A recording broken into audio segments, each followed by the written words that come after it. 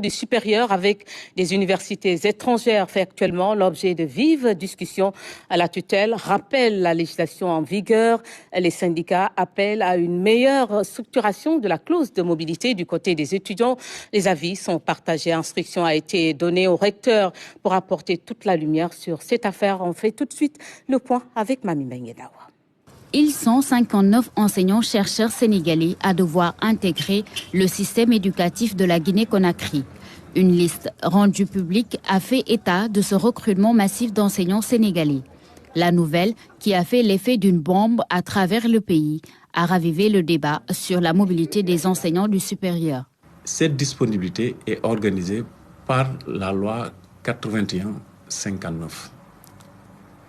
Au parcours de cette loi existe un article 11 qui dit expressément qu'au maximum, cette précision est de taille, qu'au maximum, un enseignant supérieur du Sénégal qui conserverait tous ses avantages ne pourrait pas collaborer plus de 6 semaines avec une institution universitaire étrangère.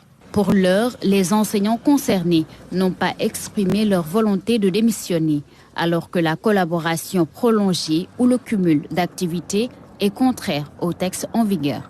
Nos lois et règlements sont suffisamment clairs. Ces collègues, pour le moment, ne sont pas en capacité de collaborer avec l'université guinéenne par le canal de la fonction publique de ce pays. Sur le front social de l'enseignement, la nouvelle est largement commentée.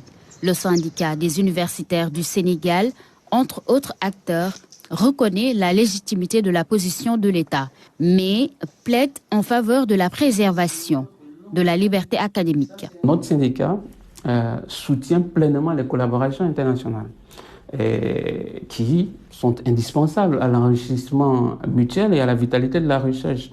Maintenant, il convient de souligner qu'à l'instar de tous les professionnels, de tout employé, les enseignants-chercheurs aussi disposent de la liberté de réorienter leur parcours professionnel à tout moment.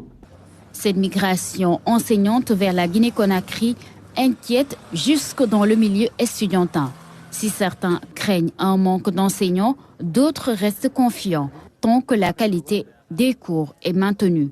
Faisons un rappel à nos autorités que ces professeurs dont demandent ces pays-là, nous aussi nous en avons besoin parce que nous comptons sur eux pour acquérir ces connaissances-là.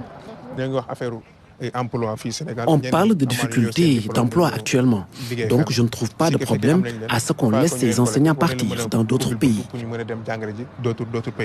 Pour faire lumière sur cette situation, le ministère de l'Enseignement supérieur a adressé une circulaire aux recteurs concernés, leur demandant de saisir les enseignants impliqués afin qu'ils apportent les clarifications nécessaires. Cette démarche vise à garantir le respect des règles en vigueur, tout en assurant la bonne organisation du système d'enseignement supérieur.